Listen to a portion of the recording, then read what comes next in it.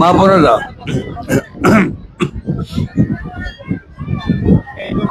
আমরা সকাল থেকে বিভিন্ন স্থানে কর্মী সভা জনসভা করতে করতে ছানিয়ারপাড়া আসতে অনেক দেরি হয়ে গেছে। এই যে মাগুরা জেলার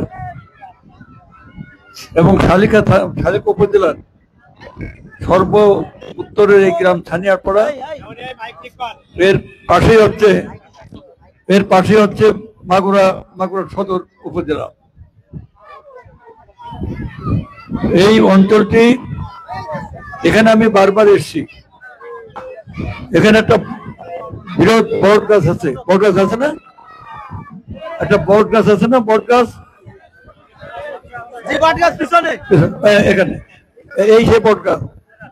এই মাঠে এই বট গাছ তলায় অনেক অনেক মিটিং করেছি, জনসভা করেছি। এবং আজকে আমি এখানে গলার অবস্থা ভালো না, আজকে আমি এখানে এসে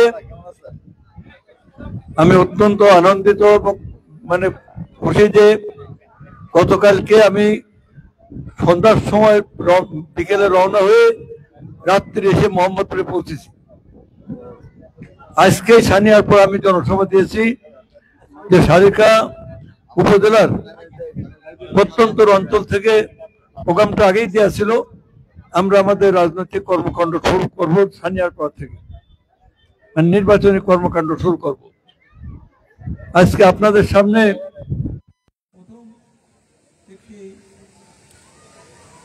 একটা অর্গানাইজড জনসভায় আমার বলতে ভালো লাগছে যে গতকাল বিএনপি গত 2 দিন আগে সোমবারে আমাদের দল 237 জনকে মনোনীত করেছেন। আমাদের মাদার অফ ডেমোক্রেসি, আমাদের পার্টির চেয়ারম্যান বেগম খালেদা জিয়া, তাকে 3 সিটে মনোনয়ন দেওয়া হয়েছে। তিনি 3টে সিটে নির্বাচন করবেন। আর সবাইকে একটা করে সিট আর ক্রমশে ভারপ্রাপ্ত চেয়ারম্যান বগুড়া থেকে নির্বাচন করবেন। আমাদের মহাসচিব ঠাকুরগাঁ থেকে এই পর্যায়ের সমস্ত স্ট্যান্ডিং কমিটি, ভাইস চেয়ারম্যান এবং উপদেষ্টা, পর্যায়ক্রমে অন্যান্য নেতৃবৃন্দ, তাদের মধ্যে থেকে একটা চমৎকার একটা নির্বাচনী প্যানেল ঘোষণা করেছে এবং আগামী ফেব্রুয়ারি মাসে নির্বাচন হবে। এই নির্বাচনে যেহেতু গত 16 বছর 17 বছর আমাদের দেশের মানুষ ভোট দিতে পারে নাই, 17-18 বছর আগে যার বয়স 18 হলো, সে তখন স্বপ্ন দেখছে, আনন্দে উদ্বেলিত হচ্ছে যে এইবার আমি জীবনের প্রথম ভোটটা দেব, কিন্তু দিতে পারেনি। তারপরে 18 চলে গেছে, কত 5 বছর চলে গেল, এখন তার বয়স 36 বছর, কিন্তু আজও পর্যন্ত ভোট দিতে পারে নাই, পার্লামেন্টে পারে নাই, উপজেলায় পারে নাই, ইউনিয়ন পরিষদে পারে নাই। কারণ জোর করে একটা দল ক্ষমতাকে কক্ষিগত করে রেখেছিল এবং তাদেরই অন্যায় অত্যাচারে হাজার হাজার মানুষকে গুম করেছে, খুন করেছে, হত্যা করেছে, জবাই করেছে, নির্যাতন করেছে। এই সব করে শেষ পর্যন্ত তারা দেশ থেকে পালিয়ে গেছে। আমি ওই দিকে যাব না। আমার বক্তব্য যে আগামী ফেব্রুয়ারিতে নির্বাচন হবে। এই নির্বাচনে মানুষ, তরুণ প্রজন্ম প্রথম ভোট দেবে, তরুণ ছেলে এবং মেয়েরা প্রথম ভোট দেবে এবং সেই ভোটের একটা গুরুত্ব আছে। আর আরেকটা হচ্ছে যে আমরা একটা ফ্যাসিবাদী সমাজ থেকে মুক্ত হয়ে আজকে স্বাধীনভাবে আজকে কথা বলছি, জনসভা করছি এবং আগামী নির্বাচনে সেই ভোটটা আমরা দেব। এখন এই ভোটের মাধ্যমে 3 মাস পরে কিন্তু বিএনপি ক্ষমতায় যাবে, বিএনপির মন্ত্রিসভা হবে। আশা করছি আমরা ম্যাডামের অনুমতি দিলে তারেক রহমান প্রধানমন্ত্রী হবেন, কারণ ম্যাডামের শরীর অবস্থা এখন আগের মতো পারমিট করবে না, ওনাকে হয়তো মানে অন্য আর মন্ত্রিসভা হবে আর বিএনপির পার্লামেন্ট হবে। পার্লামেন্ট নির্বাচনের পরে সমস্ত ক্ষমতা চলে যায় এমপি এবং মন্ত্রীদের হাতে। এখন সেই এমপি মন্ত্রী হয়ে যদি বারবার ভোট দিয়ে যদি দেখি যে যার লঙ্কা সে হয় রাবণ, অতএব এই রাবণ তৈরি করতে কোনো লাভ হবে না। এই অঞ্চলে ইতিপূর্বে যারা এমপি হয়েছেন, আমিও এই অঞ্চল থেকে এমপি হয়েছিলাম, মন্ত্রী হয়েছি, নিশ্চয়ই আপনাদের মনে আছে এই সমস্ত স্কুল কলেজ মানে এই যে মসজিদ মন্দির মাদ্রাসা এই সমস্ত জায়গায় আমরা তখন উন্নয়ন করেছি, কোনোদিন দুর্নীতি করিনি।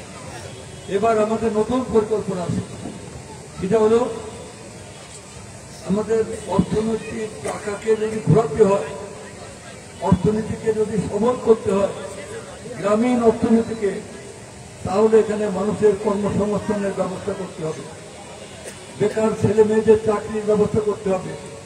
আর চাকরির ব্যবস্থা করতে হলে এখানে শিল্প এবং কৃষিতে উন্নয়ন বাড়াতে হবে।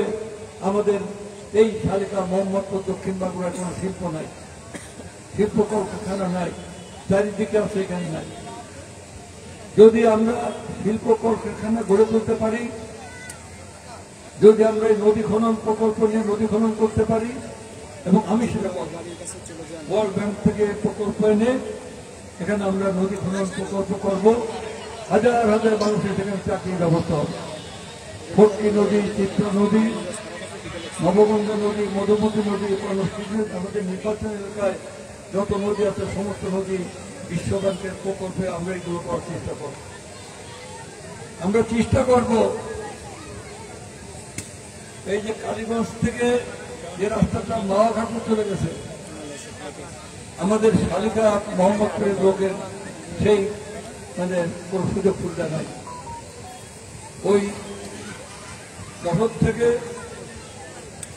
খুলনা থেকে, বেনাপুর থেকে, তারপরে আপনার যে কি বলে চৌডাঙ্গা থেকে রেল লাইন এসে মাগুরা পর্যন্ত গেছে, কিন্তু মাগুরার বাইরে রামনগর।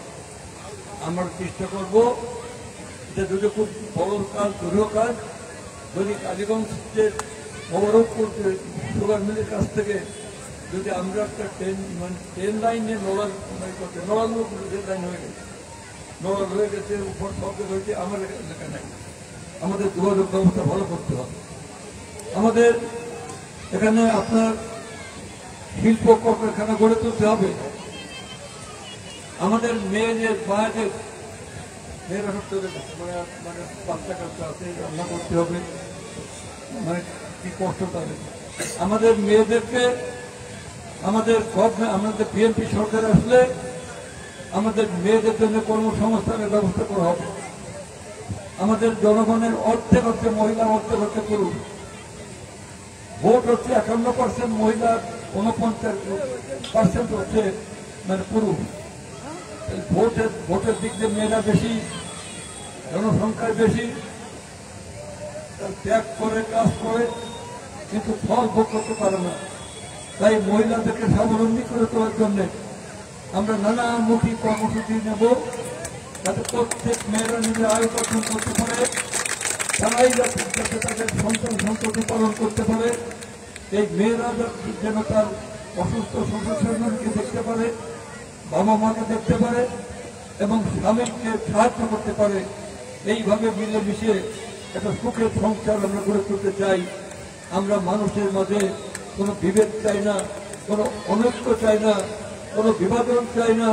আমরা চাই যে রাজনীতি করুক না কেন, আগে এই স্বার্থ শালিকা মোহাম্মদপুরে দক্ষিণ মাগুরা আমাদের স্বার্থ হচ্ছে যে এখানে সবাই বাস করবে। এখানে আপনার হিন্দু বাস করবে, মুসলমান বাস করবে, ওদের হিন্দু মুসলমানের মধ্যে একটা মানে বন্ধন যে টাকাগুলো আছে সেটাকে আমরা আরো শক্তিশালী করতে চাই। ওদের কোনো সাম্প্রদায়িকতা থাকবে না, সবাই সবার মতো, সবাই ভাই ভাই। এখানে বিএনপি আছে, জামাত ইসলাম আছে, অন্যান্য রাজনৈতিক দলের আছে, যে দলে করুক না কেন সমাজ সবার রাষ্ট্র সমাজ, অতএব আমরা সবাই ঐক্যবদ্ধভাবে আগামী নির্বাচনে আপনারা আমাকে ভোট দেবেন, কারণ বিএনপি সরকার গঠন করবে এবং সেই বিএনপি সরকার গঠন করলে যদি আমি এখান থেকে আপনাদের দোয়ায় এমপি হই, তাহলে তো আরও উপরে যান, আল্লাহ ইচ্ছে ভগবানের ইচ্ছে সেগুলো সহজ থাকবে। আমি ঈশ্বরের প্রতি তা ঘোষণা করছি। তাহলে যে কথাগুলো বললাম অক্ষর অক্ষরে অঙ্গীকার করে যাব, অঙ্গীকার করছি, এগুলো পালন করব। আর আমার বয়স হয়ে গেছে, এইটি আমার শেষ নির্বাচন, এরপরে আমি নির্বাচন করব। আমি শেষকালে আমি আমার দেশের জন্য কাজ করব, সমস্ত যদি কোনো ক্ষমতা আসে সবই উৎসর্গ করব আমি আমার দেশের মাটি এবং মানুষের কাছে। এবং উৎসর্গ করে আমি ঘুষ খাই নাই, দুর্নীতি করি নাই, আমি কাউকে অন্যায়ভাবে কাউকে অত্যাচার করে নাই, নির্যাতন করি নাই। আমরা কোনো মানুষের সাথে আমি ঘুষ খাবো না, দুর্নীতি করবো না।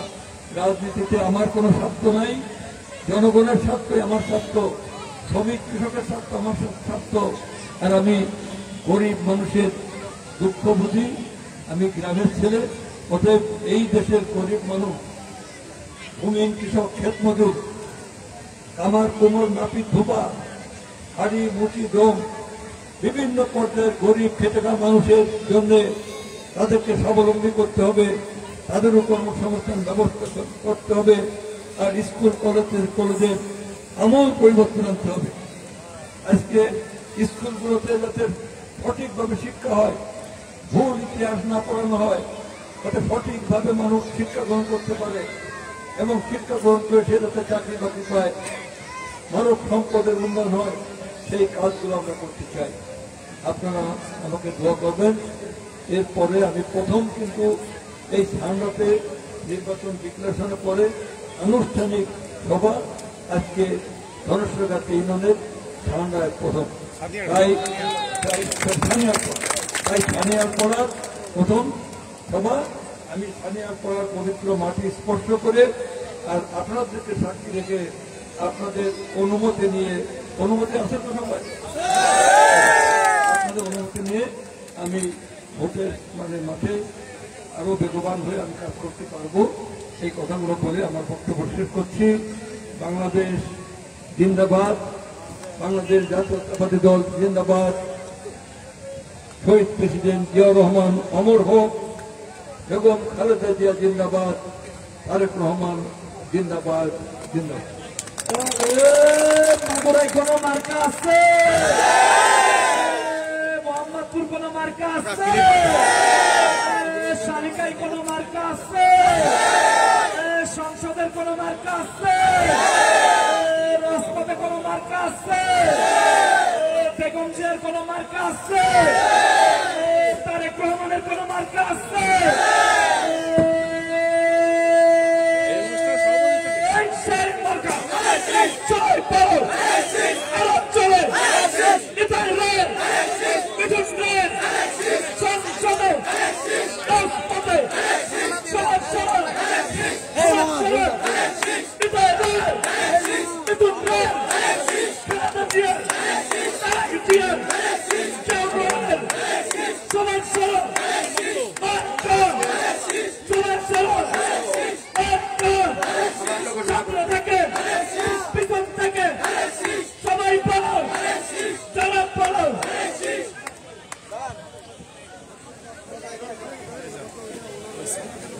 একটু আগে আমরা যে একটা বাড়ি, ওই বাড়ি থেকে একটা মোটর সাইকেল হারাই গেছে, মোটর সাইকেল